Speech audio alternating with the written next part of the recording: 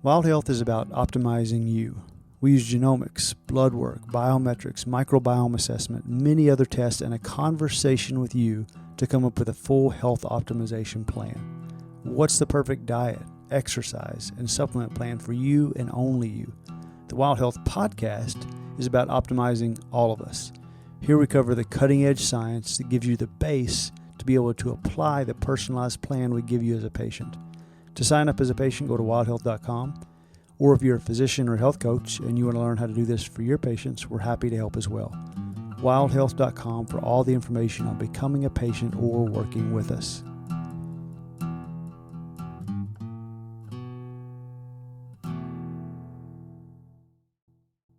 Hey everybody, welcome back to the Wild Health Podcast. Mike Mallin here. I have a very special guest, Dr. Rob Orman.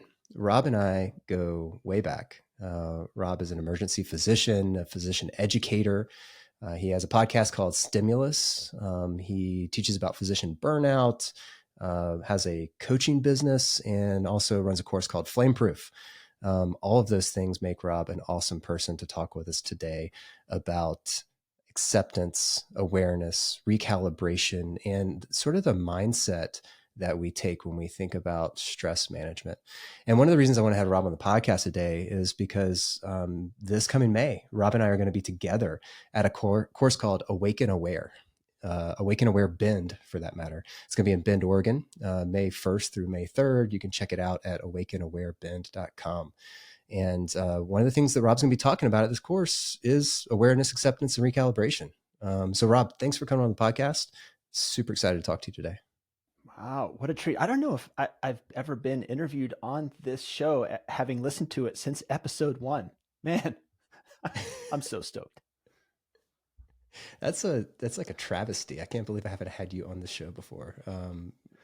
Rob and I have been friends and podcast friends we've been podcast homies for a long time. I mean, since back in like 2013, I think I first started making fun of Rob on my podcast. And then we just couldn't stop hanging out after that. So Rob, let's, all right, yeah.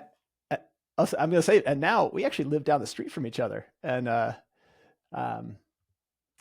talk about things other than podcasting, if you can believe it. We do. Yep.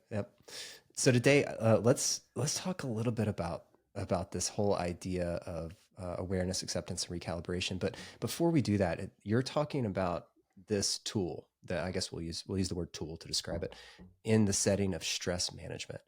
And before we really start talking about the tool, I just want to take a step back and talk about stress, and from like maybe a super basic level. Like I think when we say the word stress, everybody has this idea in their mind, like what they're thinking about, but I'm not sure we're all talking about the same thing. So just to make sure that everybody on this podcast is talking about the same thing, what do you mean by stress? Like what type of stress are you talking about when you're teaching people about how to manage it? It comes in a lot of different flavors. Stress. I mean, there's even a book called The Upside of Stress. There's probably like whole sections of bookstores just on stress. And it comes acutely, it comes chronically, it's acute on chronic. And you've got your acute being, this immediate in the moment event that causes physiologic change. And that can lead into something chronic that lingers, maybe even gets locked in. And we experience it in many different ways and kind of different systems of our body. There's the cognitive asset. There's the cognitive aspect of it that I think is the most readily accessible or easily discussed, which often shows up as a ruminative thought. I'm stressed. I can't stop thinking about this thing. This cycle just won't stop. And it might not even be an overt ruminative thought, but it's usually on a loop somewhere in the mind. And then there's a physiologic response. And for a lot of the listeners to Wild Health who are high-level performers in what they do, the physiologic response is usually going to mean some kind of sympathetic activation, taking the sympathetic nervous system from wherever it is at baseline and then ramping it up, sometimes even past the red line. But it can also mean collapse. We think about stress like, oh, I'm just amped. but it can also mean, everything just kind of shuts down. So there's a cognitive aspect, there's a physiologic aspect, there's a somatic aspect to this. When you have stress, you feel it in your body. If it's a big enough event, it might get stuck in your body, right? The famous book, The Body Keeps the Score. When you have stress recur, that's usually the first place that you notice, or often the first place that you notice it. And talk about okay, so what can it do? What can stress do? And this podcast, this health system, Wild Health, it focuses on health span and lifespan. I think the evidence is pretty clear that stress is just not good for you. It's not good for either one of those. A little bit, right? A little bit of tempering of the steel is fine. But there was, you and I both grew up in emergency medicine. And there was a study that came out in 2021, germane to what we did as our main career for decades. And this was in the Journal of, the Journal of Lifestyle Medicine, or the American Journal. I can't remember the exact title, the American Journal of Lifestyle Medicine. Let's just call it that. And what they did in this study was, and I'm kind of getting off keep going. off range here, but I'm going to keep rolling. So this study has stuck with me since I read it, and it has actually impacted what I focus on with my coaching. And, as stress applies to this job. So the study looked at doctors' obituaries from 1997 to 2019. All right, so long time. And they stratified it by specialty. you know it's coming. So so the average age of death, what would you guess is this is like every medical specialty you can imagine, average age of death of doctors. Okay. Yeah, let me go for this. I would say youngest, going from youngest to oldest. No, just average. Just give me an average of everybody. Oh, just the average age. Yeah. I was gonna rank order all the specialties for you. 72. 80. Oh, okay. Cool. So pretty good. Yeah. So living to a nice ripe old age, and almost every specialty was right around there. They were pretty close. But the most stressful specialty, the one with continual overwhelm, night shifts, sleep disturbance, and carrying stress like an overfilled backpack. The average age for this specialty, remember, for everybody, to all comers, 80. The average age for this specialty, average age of death, 58. Whoa. 58. That's emergency medicine. 58. And right, this is just a population study, and only looking at obituaries. Nothing is controlled. All sorts of confounders. The range of results was quite wide. All this stuff. And I'm not saying that stress was the factor, because they certainly didn't control for that. There was only association between death and medical specialty. Sure. But you and I both know that the amount of stress involved in that job, if it's not faced head on, is going to take a toll. It just is. And I can't even remember what the original question was, but that's like things like this. That's what motivates me to get up in the morning and be stoked about doing my day job, which is coaching docs, and mostly emergency physicians and critical care physicians. Awesome. Man, that's crazy data. 58. Isn't that? I mean, yeah, that is pretty freaky. I mean, like, how many standard deviations is 58 off of 80? A lot. Depends on how many people they had, but like probably a lot of standard deviations. That's got to be more than 2. That's a lot of them. Yeah. Yeah. It's got to be more than 2. That's almost an outlier at that point. They take emergency medicine out of the list of physicians. Yeah. Then everyone lives to 100. Right. Yeah. Man. Okay. All right. So we've identified stress as this phenomenon that often happens in the body, which you so eloquently described. And the tool that you're describing, and you'll be talking a lot more at the conference about, that I want to get into some today, is the awareness, acceptance, and recalibration of stress. And so I guess maybe what we should start is with awareness. Why does awareness play such a crucial role in recognizing and managing stress? Yeah, this kind of gets you in the door. So the framework is awareness, acceptance, regulation, and recalibration. And you can't do any of this unless you know what's happening, unless you know the thing is happening. So there's so many ways to look at stress. And I can't claim that I made this thing up. This was actually some other friends I work with. It was like this whole communal effort of seeing what are the tools that would be great if people had before they even met us. And two of them are psychotherapists. I'm a coach, and like these tools, if you could work on these, that when we started working together, you'd just be so far ahead of the game. And that's kind of where this whole thing started. But if we come back to stress, where does this come from? The way that this framework looks at it is a component of why we get stress has to do with a narrative that we attach to an event.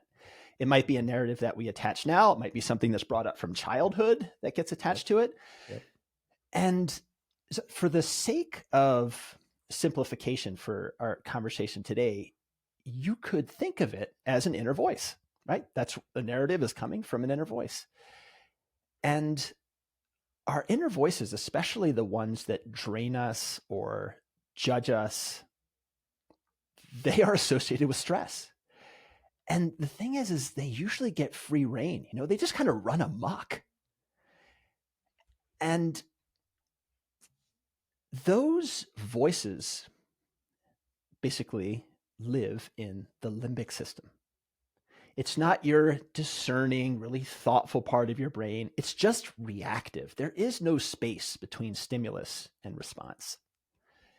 And when this voice, it's often a ruminative voice, or it speaks through, judgment, fear, stress, anger, guilt, shame, insecurity, right? That's where stress is going to come from. Stress is kind of the scarcity mindset, not the abundance mindset.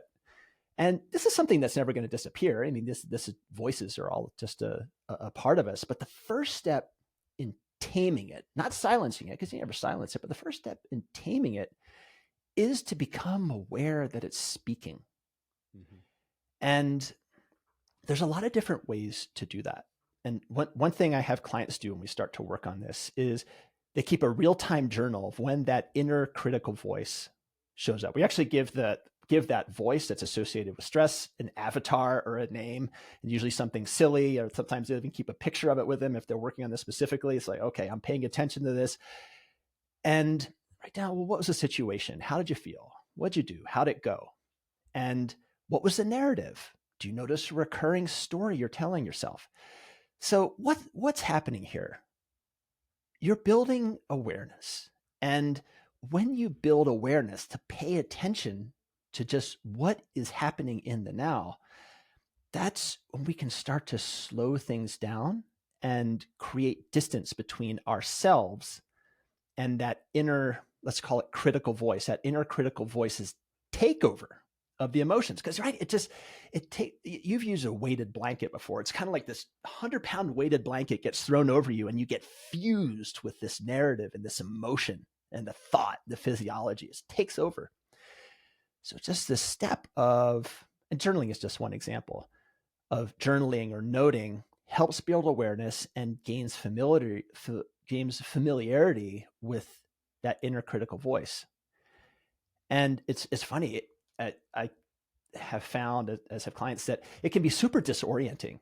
When you start to do this, when you start to pay attention, and what do you want to do when you get disoriented? You kind of want to suppress it and you want to run away and you kind of feel repulsion towards it, because we're so used to that inner critical voice or that stress response taking over.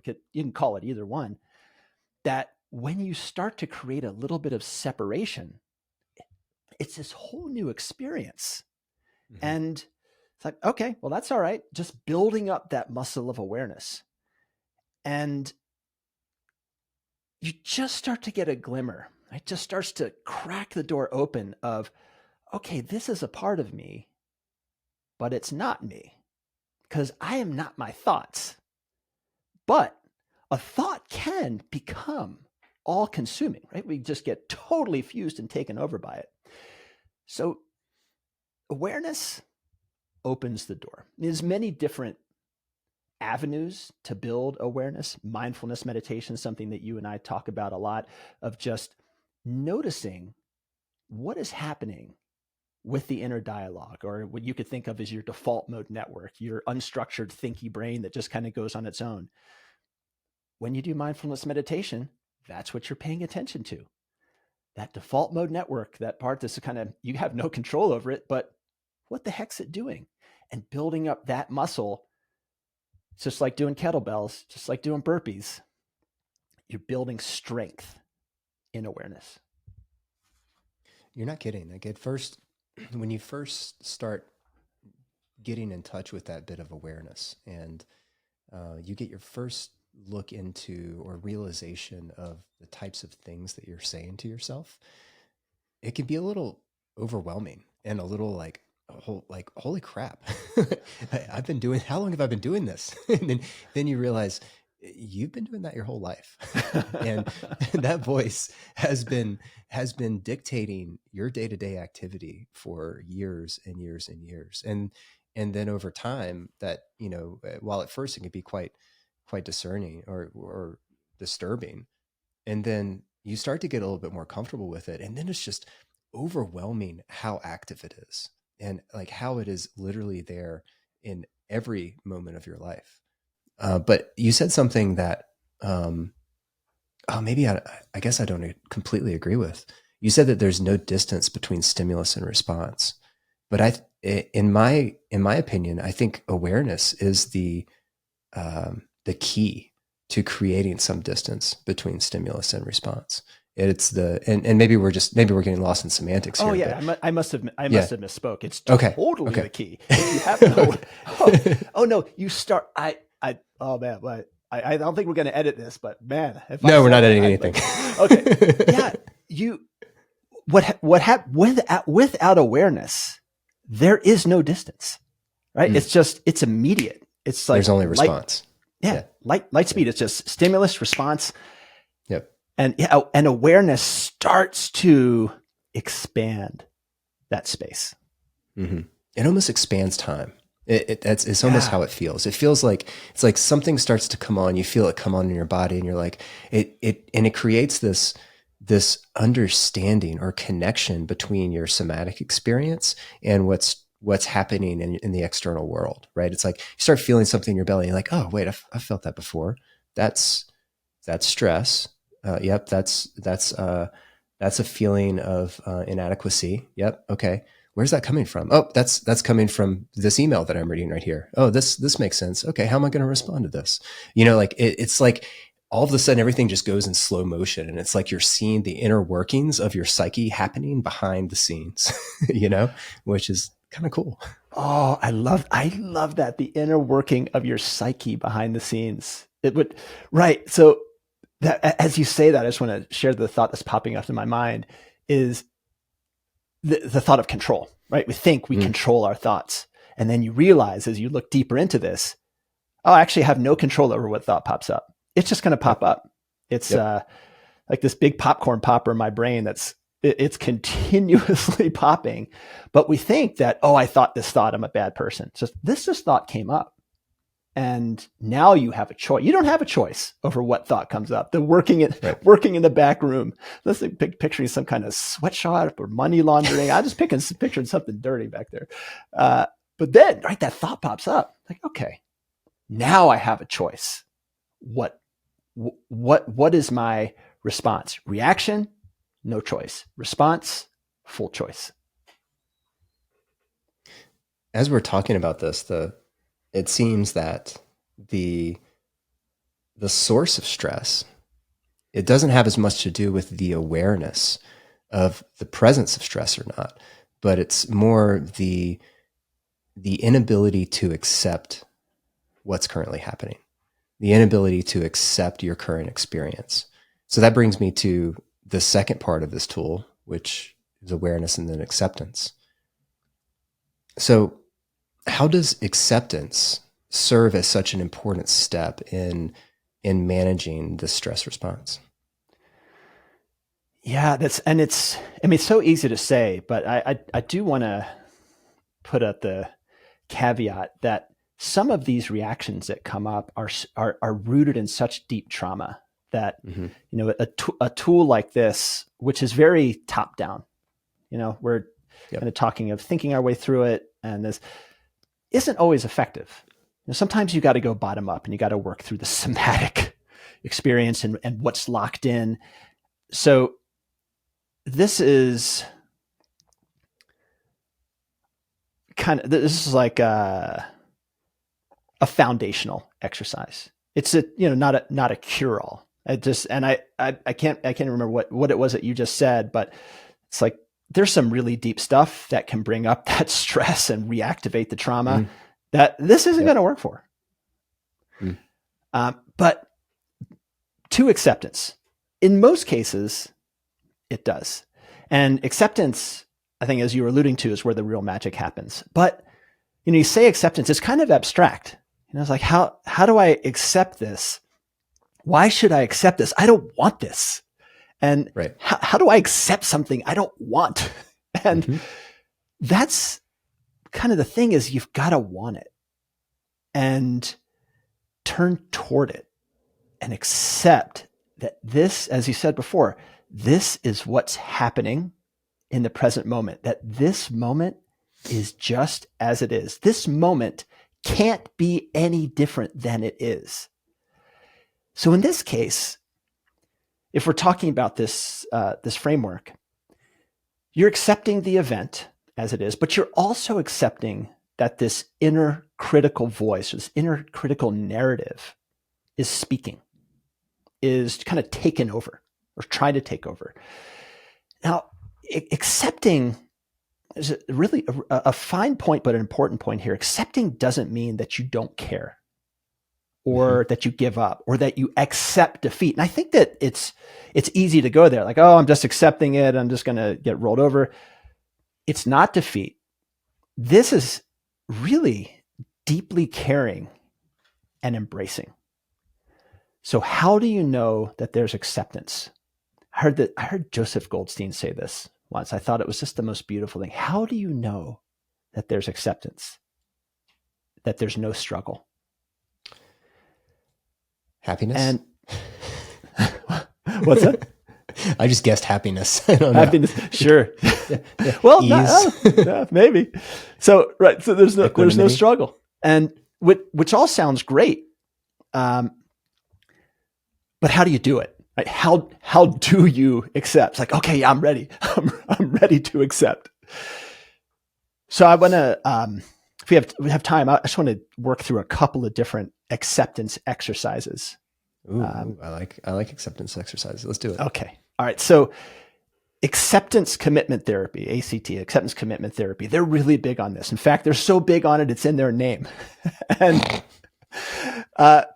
they, in that form of, I guess you call it therapy, when you realize that the inner critic, or that inner critical voice, or that inner critical narrative is piping up and leading to that stress response, you realize, you know what? It's trying to help me. It's doing the best it can. It's not an enemy that I need to fight. It's like more of this misguided friend. It's more of a drunk friend in the back seat trying to give me directions. It's like, okay, I know you're trying to help, but not right now. And the exercise here, kind of a basic or base level exercise, is you ask, all right, is this voice, is what's happening, this narrative in me right now, is it moving me towards my values, goals, purpose? And the answer is no.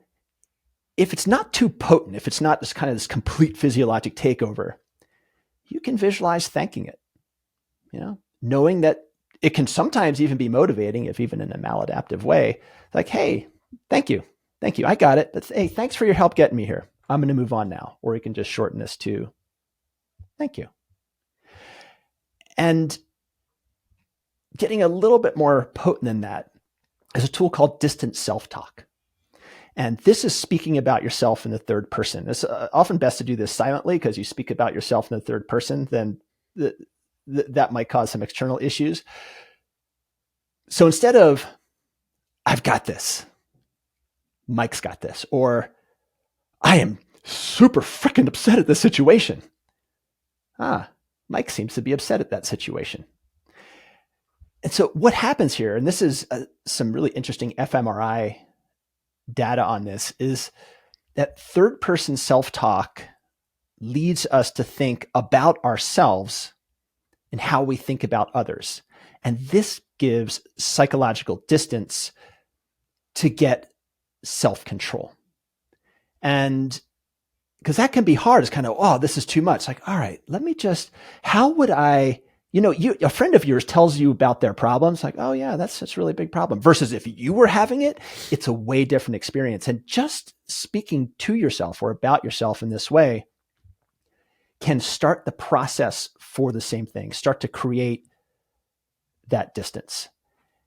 And what I do personally, I do both of those, work with clients on both of those, but my absolute favorite acceptance exercise is a somatic deconstruction exercise or a meditation.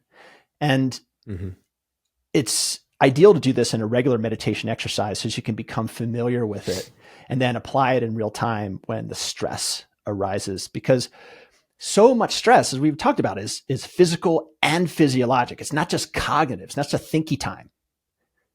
And this addresses, and I learned this from Pema Chodron, and has been just an incredible tool that I've been using for quite a while. And it's just, I don't know. And when I say I learned it from Pema Chodron, it's not like she was at my house. I read about it. At dinner. Told you this cool tool. Over for dinner. Technique you can use. Yeah. Hey, Pema, what's Thanks, up? Pema. Thanks, Pema. Have a good night. That would be pretty cool, though. I was in one of her books.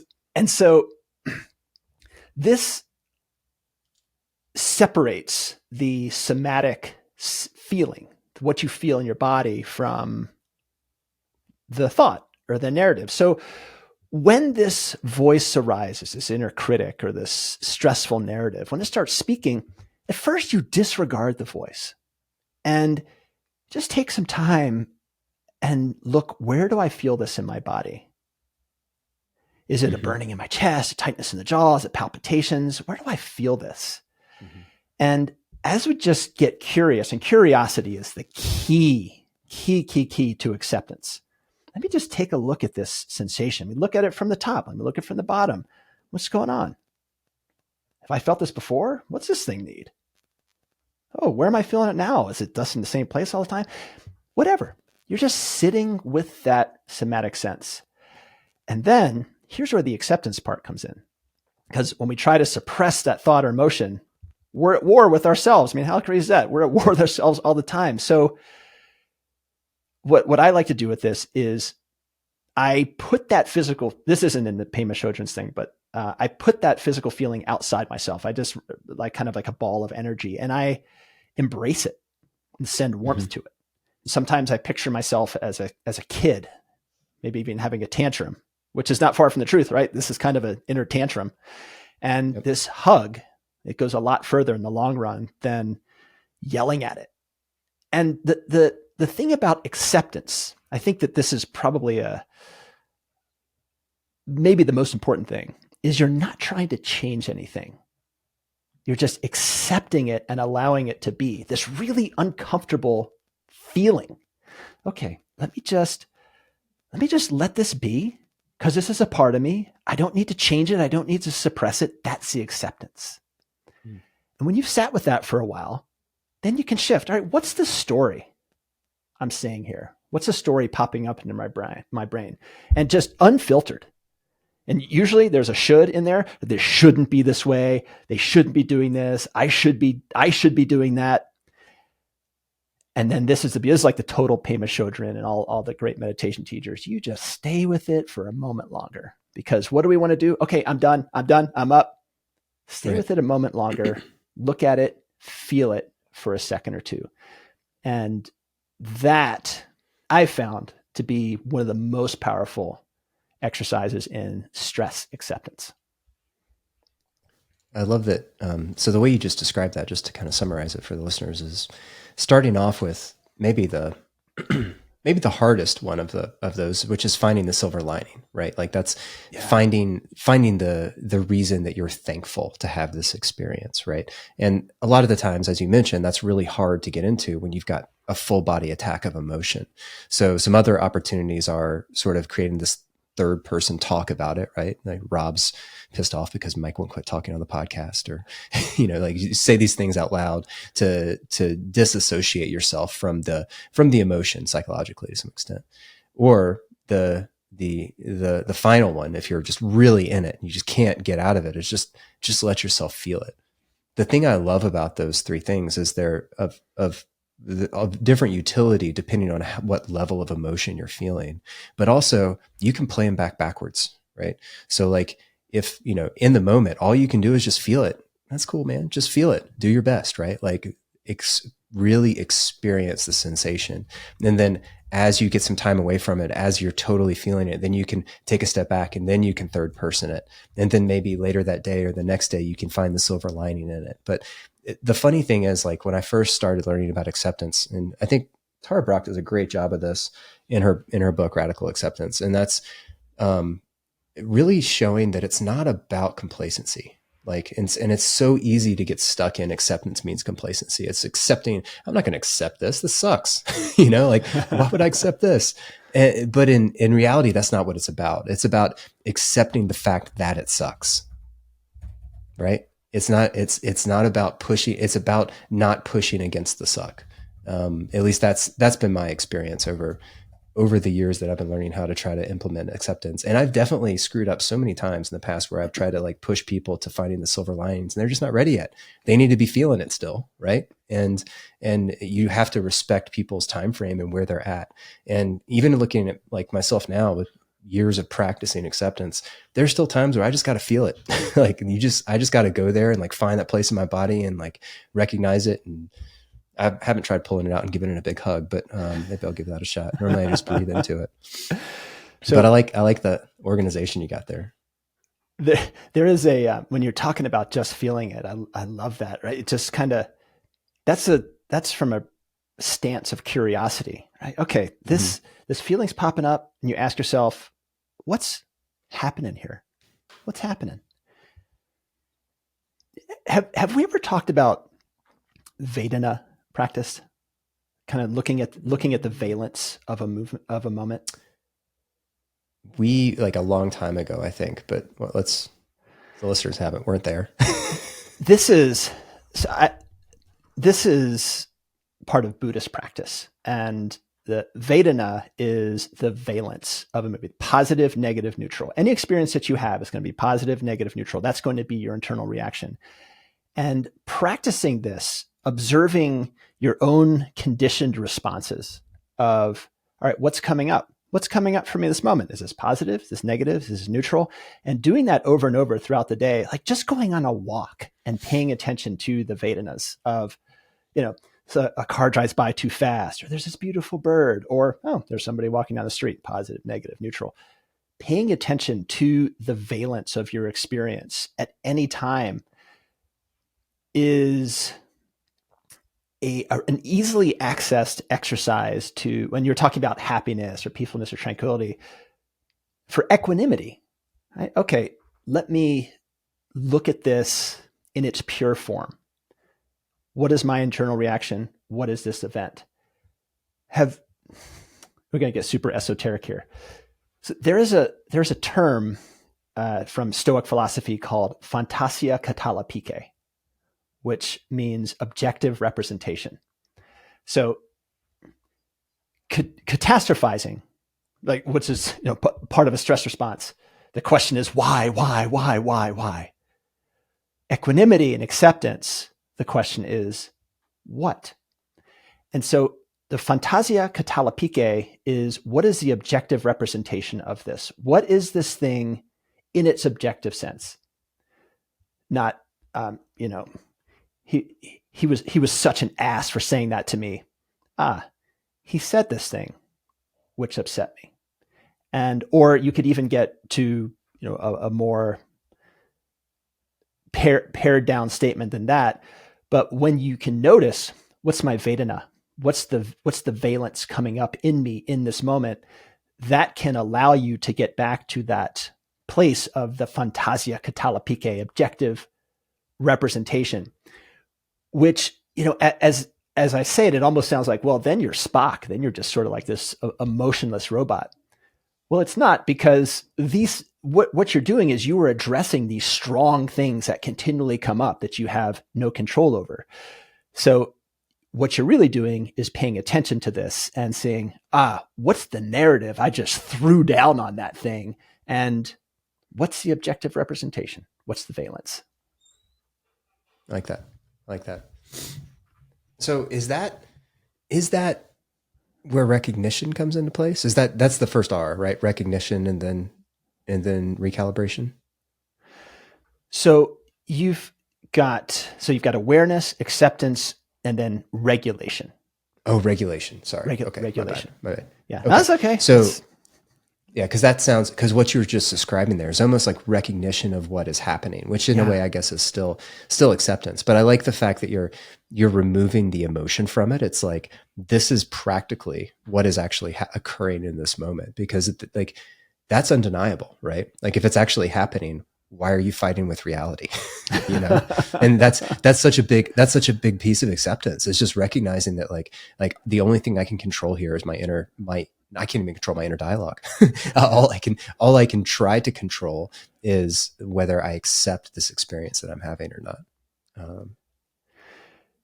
Yeah. So, right. And that's very heady, that awareness and that acceptance. And when we've talked about this a little bit, but there's a physiologic response that go along with these thoughts and the emotions. And, we perceive, oftentimes with stress, is we perceive something as a threat. And we have a fight reflex or a fright reflex or a runaway reflex. And this is a thing that we don't want to run away from or suppress it. We want, as we've been talking about, we want to turn towards it. We want to give this big ball of energy, big tantrum a hug. And when we have upregulation or anxiety or collapse and downregulation, the breath pattern changes. We're hardly even aware of it. We tense up, we feel flushed, we have palpitations, maybe even tunnel vision. The list goes on, but this voice can take us over the red line. And what we want to do is to be able to turn down these RPMs, these inner RPMs, just so we can think clearly. And where the regulation piece comes into this is we want to turn down the tachometer. We want to turn down the autonomic nervous system, just so that we can be in a little bit more control. And it's not like you're going to get to this immediate placid place. You just want to, it's like a little pressure release valve. And there's many ways to do this. You can do this with body scan. You can do this with wide field vision to near field vision, wide field vision. There's a lot of ways, but breath is just the most easily accessed, I think. And we're going to get into a little medical nerdiness here, but I like to think of this as overdrive breathing. When somebody's heart is having some issues, sometimes you do overdrive pacing for an arrhythmia. It's like, okay, I'm just going to take over the heart rate here. So I'm going to take over the breath pattern here. And a simple way to do it is to breathe in and then exhale for twice as long as you breathe in, or breathe in, hold it for a second, then breathe out through pursed lips. And, there's the thing that Orman has put out there with the tube in the nose and then the sigh out. The sigh. Yeah, it's all fine. Or, inhale with a sigh. That's fine. The sigh, that's fine. And that doesn't need to happen in order of what we're talking about. It's not, okay, there's awareness, now there's acceptance. Now, sometimes this needs to happen right at the beginning so that I can even get to my acceptance. But when there is this physiologic upregulation or downregulation, then breath or body scan or changing visual field can help to focus in and allow you to respond in a way that you want. Because sometimes this is just too much. This is just too much. Okay, maybe I need a little bit of regulation to settle things down. You know what this reminds me of? Cold plunging. Oh, do tell. Because it's just like stress, breath, stress, breath. It's just like it in so many ways, it is the perfect tool for teaching regulation, right? It's like there is a definitive stressor that is easily to identify. You're cold shit. And you're guaranteed to feel dysregulated, right? Like that is the whole purpose of a cold plunge, is dysregulation, right? And then how does one regulate after you feel dysregulated in a cold plunge? I mean, I think just about everyone who's ever read anything or heard any podcast about cold plunging, it's all about the breath, right? Yeah. And so it is just this like, it is and I know you cold plunge, so I know you know exactly what I'm talking about, brother. Yeah. Like there's just this consistent training that you get where it's like, I feel dysregulated, I need to regulate.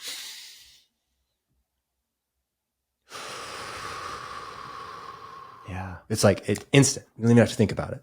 Like and taking that learned tool and starting to apply that in regular daily life situations of stress and learning how to regulate in that moment, I think is so beneficial.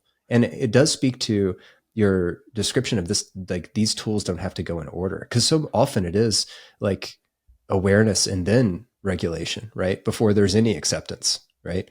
Or even sometimes, regulation. And then you're like, why am I regulating? Oh, I'm stressed. Like, oh, no, I get it. Like, I mean, to some extent, that's probably exactly what's happening with, email apnea, right? Like you get like a sigh as you're emailing. It's like, you don't even realize you're stressed, but your body knows you're stressed. So you like, oh, wow, I guess I was stressed. I mean, it's like, we don't even realize like these tools get ingrained inside of us to some extent, hopefully. But they can be so beneficial, especially the breath. Okay, is that a real thing? Email apnea? Did you just make that up, or is that a known phenomenon? No, people hold their breath when they write emails. Watch yourself. Like so there are studies on this.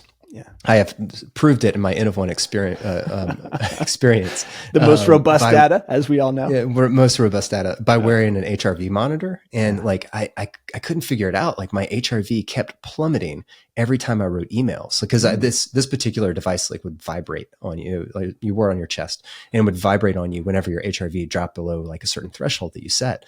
And then finally, I realized like what am I doing during emails? I realized I was literally holding my breath until I hit send, with like the shorter emails, right? And that apnea is actually creating a drop in HRV. So, and then I also realized that's sort of the like where the sigh was coming from. It's like HRV is dropping, and you even start to learn how to feel these sensations in your body. Like that somatic experience of stress actually has a physiologic, counterpart. Right. And that's typically a dropping of HRV.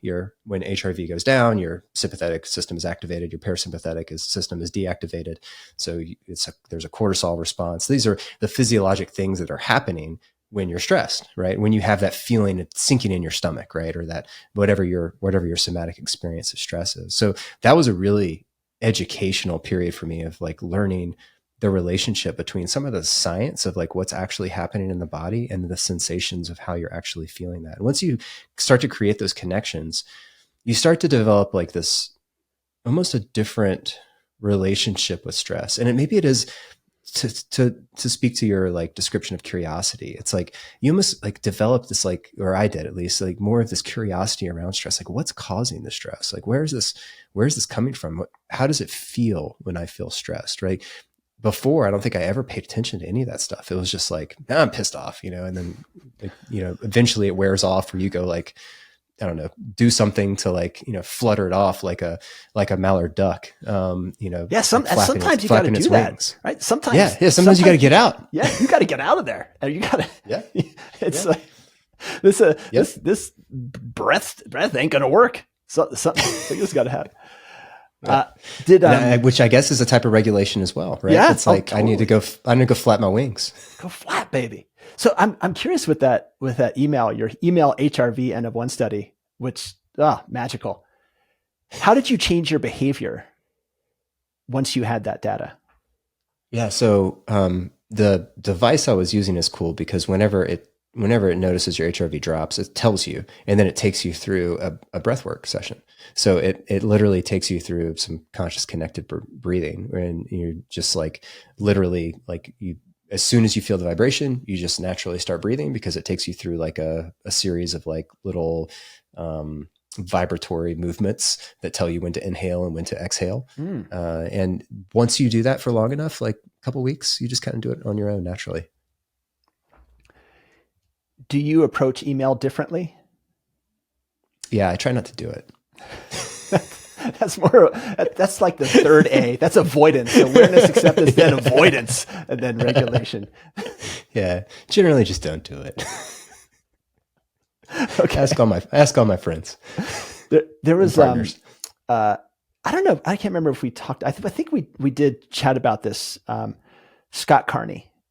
He is. I don't know if he's ever been on Wild Health before. He's so cool. He wrote the first book about Wim Hof. He kind of brought him to the world, and he doesn't feel so great about that now. But, I mean, it's an incredible investigative journalist, and he has gotten really into cold exposure. Right, when he was hanging out with Wim Hof, he got into this, and he was thinking about going for the cold exposure world record. And like he and his friends, he lives in Boulder. They'll go to frozen lakes and they'll cut open the squares and they'll immerse themselves in it, and really extreme stuff. I think then he found out that the record was 3 hours or something crazy. He said, you know what? I'm okay. I'm not okay. Not good. I'll pass. Hard pass. But he said we were talking about the breath. Once you're in the cold water, and can you accept the coldness? Can you let it in and not try to push it out? But I said, okay, how do you get into the water? He said, and maybe they talk about this on Cold Exposure podcast. He said, here's the method on how to use your breath effectively when you get into the cold. First thing is you stand above the water and you look at it, because you know it's cold. You think, this is going to be good for me. Whether you believe it or not, don't worry. Just tell yourself that. And then take a deep breath. And then you get into the water and then slowly breathe. I said, why do you do that? He said, because if you don't, you're going to gasp and you're not going to be able to control your breath. And it was brilliant. And it's like, I had never even thought of that. And it's a total game changer of you're almost gaming, not almost, you are gaming the system, because you know that you get in that water. It's a massive adrenaline dump, sympathetic storage. And so it's like you've got this parasympathetic emergency brake that you're throwing down on it. And these two storm fronts come together. Amazing. I love that. Yep. Yeah. And that's, I think, so I've never read any of his stuff or talked to him, but like thinking back on how I do my own cold exposure, every single time I take a big deep breath right before I get in, just because the exhale feels so good as opposed to the gasping, the gasp and the hyperventilation. I think hyperventilation. I remember you did this long 32-degree cold exposure at, I don't know if it was an Awake Aware that you had at the castle or what. It was a Wild Health event. It was, I think it was one of the first Awaken Awares. Yeah. So, and I'll tell you, we're not doing full body cold immersion at this Awaken Aware, but we are going to do part of the body cold immersion just to mimic this. But there is the Tumalo River right outside, which is quite cold. It's quite cold. We're not, I mean, I guess if people want to get into it, they can, but we're just going to use ice buckets. So you got into this thing, and it's just the day you weren't hot before you got in, and then you got super, super cold, and then you just went about your day, and you had probably like a core temperature of 92 degrees for the entire day without getting into a sauna or hot tub. I couldn't believe it, man. We've got, I mean, you've been to our backyard. We've got a sauna, we've got the cold plunge, and then we've got the hot tub. And so that when you're in that cold plunge for, you hit a 3 minutes, which I think is a really long time. It's like, I'll be in the hot tub after this. I don't really care. But you, man, you just go for the aggro cold. I mean, you're raw dogging the cold. Very impressive. I'd say hats off to you. Part of the advantage of getting cold like that is training the body to heat itself back up. So you're literally increasing the mitochondria in your fat cells. Ideally, you're increasing the percentage of brown fat, so that you can teach your body to have a higher metabolic rate and produce more energy and heat yourself back up. Wait, so getting into the hot tub immediately after is going to thwart my mitochondrial replication? Yeah, but it's going to feel good. It feels so good. And you know what? I'm not giving it up. It's okay. That's all right. As long as it helps with the telomeres or whatever that. Or whatever you call those things. Whatever's happening. What's happening here? This is totally degenerating. All right, I'm getting us back on the rails here. Let's talk about recalibration. Okay. So we talked about regulation. We talked about awareness. We talked about acceptance. Yeah. Talk to us a little bit about recalibration and what's your some specific techniques or practices that you use with your clients to help recalibrate. So this inner voice or this inner narrative, inner critic, you're accepting it, but it's not something that you really want hanging around all the time. You say like, well, who do you hang around with most in your life? Well, you. And boy, if you listen to how you talk to yourself, you would never hang out with that person. So that's an inner critical voice. And that is, as we were talking about in the beginning, like that's this pure limbic and instant response. But there is this other aspect to ourselves, which you could think of as living in the prefrontal cortex, more curious, warm, compassionate, non-judgmental. And you could call it an inner mentor. And it's harder to get to. The limbic response is immediate. This takes some work, which is why you have awareness, acceptance, regulation. You can't just immediately say, I am my compassionate, warm, curious, non-judgmental, discerning self. So it takes work. And these are the reps that you do. But whereas the other part you can think of, that's the judge, that's the critic. You can think of this as an inner guide. How do you want to show up for yourself? Who do you want to model your inner dialogue after? And it's funny, when I work with clients on this, it is so easy for them to get to the inner critic. Like, I know it. I know the dialogue. I know how it feels. But it can often take a lot more effort to hear that inner mentor compared to the inner critic. And that shift from inner criticism or judgment to inner mentorship or compassion or curiosity or warmth or discernment, or really it is acceptance. That could be thought of as recalibration. So that's what we mean by it. And how you do this, there are myriad ways. We've probably got now like 30 different tools depending on the client. I mean, you could think of it as simply like an angel or devil on your shoulders. There's a really awesome visualization, if we have time, I'll tell you about. But so you could think of this as a distinct person. Could be an avatar that embodies patience, compassion, warmth, curiosity, but doesn't have to be an image. It can be a thought, can be an ideal. And where this critical voice, the one that is associated with stress or negative stress, where that works through negativity and drains you, this voice discerns, is objective, is neutral, like as we were talking about before, the fantasia catalepike, the objective representation, seeing what is my conditioned response? What is the valence of my response here? So for me, I use the phrase, what's next? So I start out with, all right, in this situation, when I can recalibrate, what is in my control here? The only thing in my control are my values, judgments, opinions, and initiation of action. This whole dialogue doesn't go on in my brain, but just breaking it apart.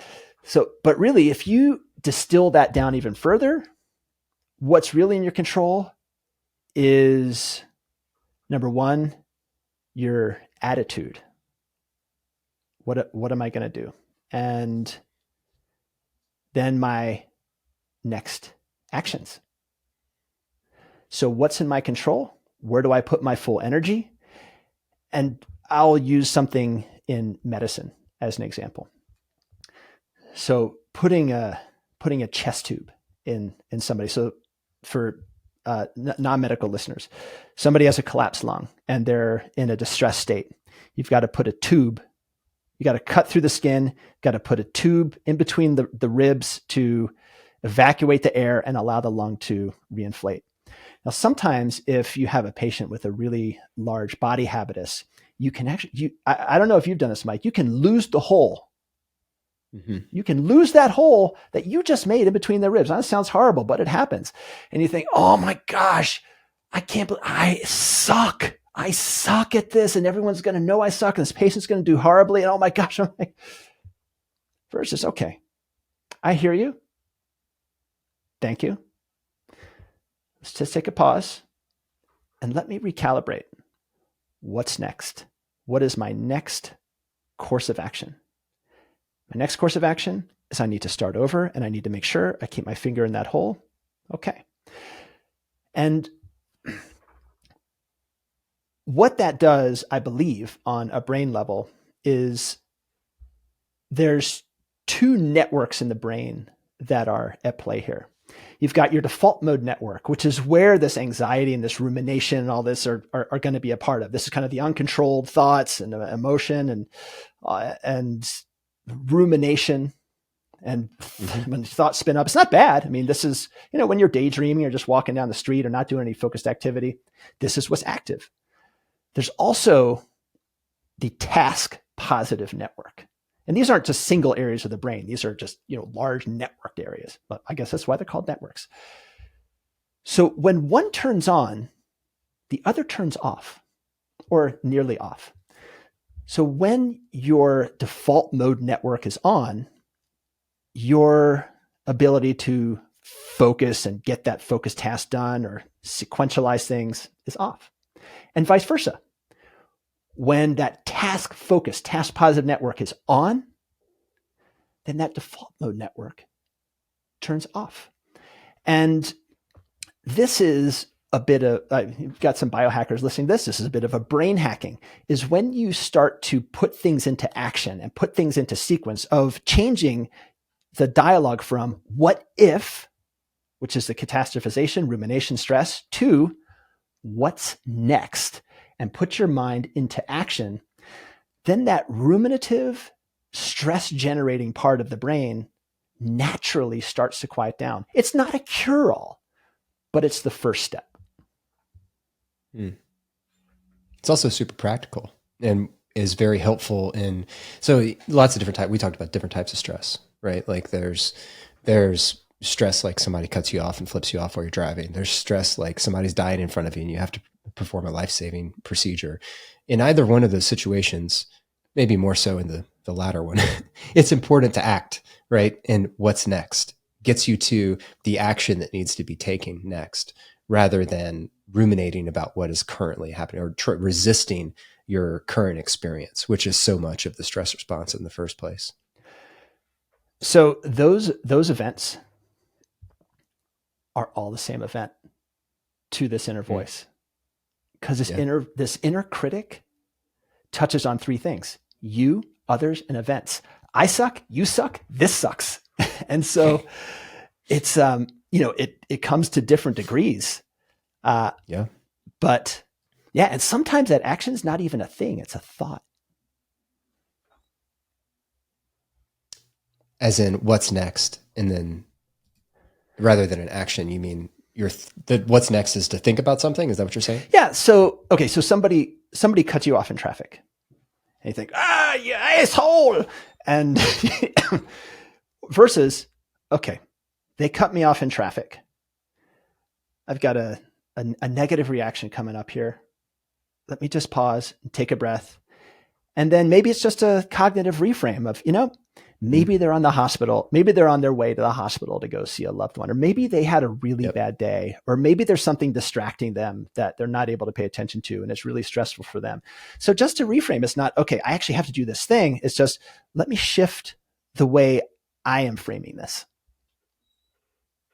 I like that. I like all that. How are you guys, just a little teaser. How are you guys going to teach this stuff at the conference rather than just? I can't imagine that the plan is to just lecture at us for hours on end. Yeah, we've got this is integrated into everything, and you're teaching some of the sections as well on mindful awareness, and so this shows up in different areas. This shows up in just physical pain and distress, like when you would put your arm in a bucket. This shows up in relational things about what's this other person thinking about me. This shows up in what am I thinking about myself? And we are going to walk people through real time exercises to bring all that up in a safe space. It's kind of, all right, well, I could think about this, but they, or maybe listeners, maybe you will be sitting in that chair, and we are going to recreate that mental state to put you there. And now let's apply this stuff. And it's going to be broken down and slowed down so that each step can be examined all the way around. Awareness. Oh, how do we build awareness? How do we look at this curiously? All right, what's distracting me from being curious here? And there's going to be a bunch of us who are going to be helping the participants, and the participants will be working with each other. There's going to be stuff done inside, stuff done outside. And we're going to talk about this individually. We're going to work on this with relationships with others. How might this show up? Not just thinking inside your own brain, but how you're communicating with somebody else. Awesome. And that's awakeandawarebend.com, right? That is awakeandawarebend.com. Exactly. Awesome.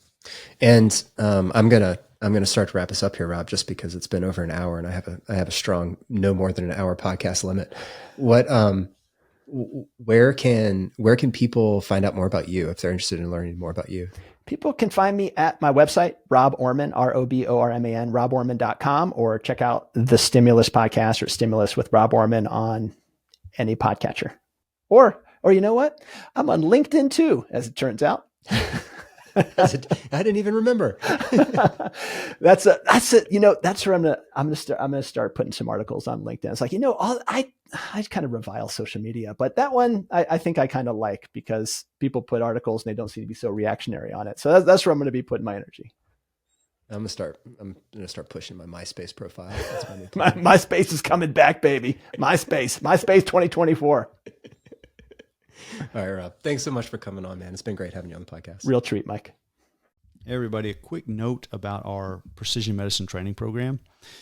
It's been a really popular course. We're constantly hiring health coaches and physicians, but we're only hiring them as we grow if they're trained in precision medicine. You don't get that in medical school or other places. And so we've developed this training program, and we've completely revamped it recently. It's a lot more robust. So now there's still over 50 hours of live synchronous training. There's also all the asynchronous credit, over 50 hours of content. And as a physician, you get about 50 hours of AMA Category 1 CME credit, which is a nice benefit. For the health coaches going through the training program, it's now accredited by the National Board of Health and Wellness Coaching. So graduates are going to meet the requirement to sit for the board exam and become board certified health coaches. So there's a lot of benefits to that, not just the certification, but also when it comes to things like insurance reimbursement. So it's a really robust program. If you're a physician, a nurse practitioner, a PA, or someone that just wants to be a health coach, it's open to all of those categories. There's the 6-month program that's kind of the full program. And then we also have just a fundamentals of precision medicine course, which is completely on your own. It's online. It's all asynchronous. You still get the 50 hours of AMA Category 1, but it's self-paced. And you still have access to the online community, but not all the synchronous lectures as well. So if you're interested in checking that out, go to wildhealth.com/education. And we'd love to have you as part of our next class.